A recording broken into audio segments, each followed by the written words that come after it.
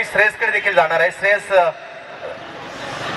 सलामीची जोडी तोपर्यंत मैदानात उतरली तोपर्यंत श्रेयसकडे जाणार आहे, कारण श्रेयस इंदुलकर जोरदार टाळ्यांच्या गजरात स्वागत करा। 25 लाखाच्या स्पर्धेमध्ये दुबई या ठिकाणी मॅन ऑफ द सिरीज घेतलेला खेळाडू आपल्याला आयकॉनच्या स्वरूपात उपलब्ध झाला। श्रेयस किती उत्सुकता असणार आहे, कारण मुंबईत प्रीमियर लीग स्पर्धा आणि आयकॉन खेळाडू नाही, उत्सुकता भरपूर आहे। कारण का असम शेखनी त्यांनी मला सांगितलं की मुंबईमध्ये 7-15 प्रीमियर लीगला आयकॉनिक प्लेअरचा बोलून आम्ही खरंच खेळणार का म्हणून, तर मग त्यांना मी काही वेळ घेतला त्यांनी मी सांगितलं हो सर तुमच्या टुर्नामेंट तर नक्की मी बरोबर पार्टिसिपेट करेन। आणि क्रिकेटमध्ये हा बदल होऊ घातलेला आहे, कारण प्रीमियर लीग आपण बदलापासून मागे राहू शकत नाही, कारण पारंपरिक स्पर्धा तर खेळतो, परंतु तुम्ही आता अलीकडच्या काळातील 2-3 वर्षातील क्रिकेट पाहिलं तर मोठ्या प्रमाणावर प्रीमियर लीग स्पर्धा आणि आयकॉन खेळाडू हा जो नवीन बदल येतोय त्याविषयी काय म्हणाल, आणि तो मुंबईमध्ये देखील दाखल झाला।